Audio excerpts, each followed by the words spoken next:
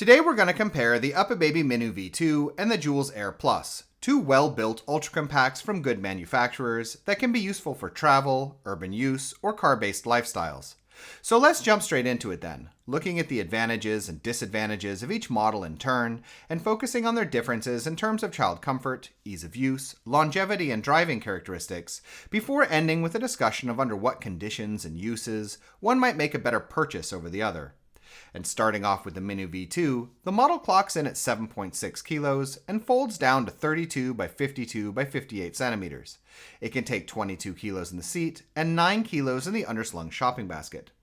When it comes to child comfort, the Minu V2 seat has both a decent upright position as well as a semi-recline that, though not fully flat, is still sufficient for napping, and which is made more comfortable for younger toddlers by the inbuilt adjustable leg rest.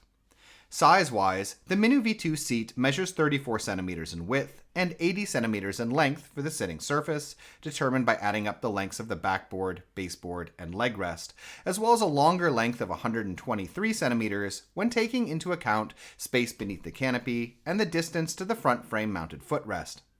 As far as other aspects of the seat are concerned, the Minu V2 has durable, premium-feeling textiles and an extendable canopy that provides good sun coverage, though I'd note that the fabric in the back doesn't tuck away as tightly as it ought to in my opinion, and can sometimes feel a little messy to deal with, at least when the model is folded. One of the major positives with the Minu V2 is that, for the newborn period, the model is capable of taking Uppababy's full-sized and overnight-approved bassinet, which can definitely be an asset for some travel situations. As far as parent comfort is concerned, the Minu V2 has a fixed handle height of 104 centimeters and a large and easily accessible shopping basket. Folding the model is a simple process that can be accomplished with one hand, though the folded dimensions are pretty bulky versus other ultra-compacts, and while the Minu V2 has both a handle and a shoulder strap, it's not the sort of stroller that you'll want to have to carry around for long periods. In addition, when folded down, the Minu V2 also unfortunately doesn't fit within the IATA's guidelines for cabin luggage, meaning that you'll likely have to gate check it with a lot of airlines.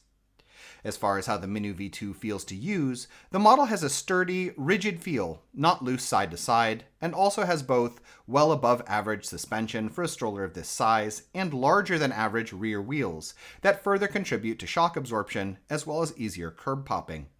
The Minu V2 is of course not built for any real off-roading, but can handle gravel, dirt roads, broken sidewalks, and so on, without either feeling too jittery, thanks to the shock absorption, as well as without the risk of loosening up too much as a result of wear, if you need to traverse such conditions as an everyday thing.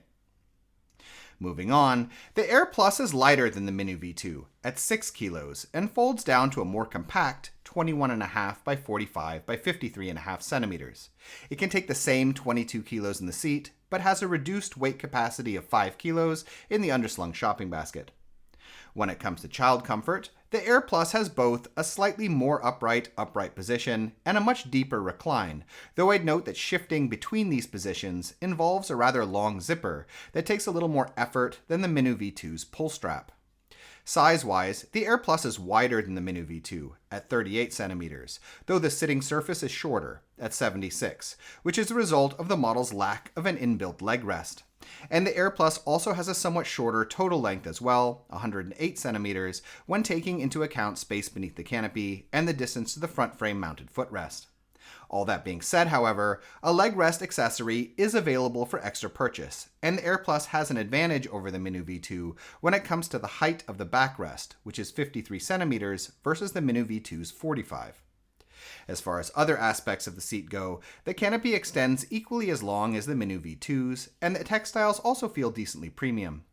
Should you be looking at these models for use during the newborn period, while the Aer Plus's bassinet is not overnight approved, it does have the unique feature of flattening and remaining attached to the stroller when folded, so that you can carry the whole thing as a single piece, slung from your shoulder. Looking at parent comfort, the Aer Plus's handle stands at a slightly higher, fixed height of 106 centimeters, while the shopping basket is also decently sized and easy to access. Folding the Aer Plus involves a similar one-handed, one-step process, and the lighter construction of the chassis makes for a little less effort, while the smaller folded dimensions make it much more comfortable to carry around via its own shoulder strap.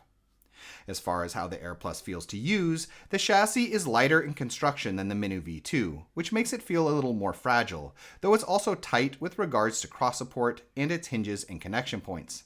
It has similar suspension, but smaller rear wheels than the Minu V2, making it a little less capable of handling rougher ground, though not by much, with a more important difference between these two when it comes to bumpier conditions, being that lighter weight build, which makes the Aer Plus more susceptible to loosening and wear, should you be strolling in such conditions as an everyday thing.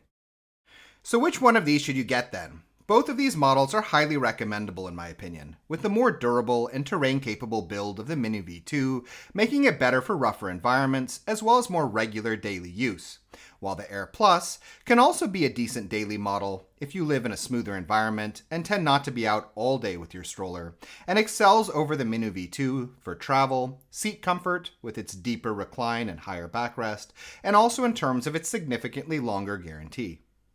In any case, we hope you found this video interesting, and if you did, please subscribe, as this sort of support really helps us to continue making videos in the future. If you'd like to know more about either of these models, we have standalone reviews that go into a lot more detail, and links have been added in the description. In addition, if you're currently shopping for a stroller, we have a buyer's guide on our Patreon page which lists a wide range of models that we recommend, with a lot of technical and lifestyle related information. You can find it by following the link in the description as well. Thank you.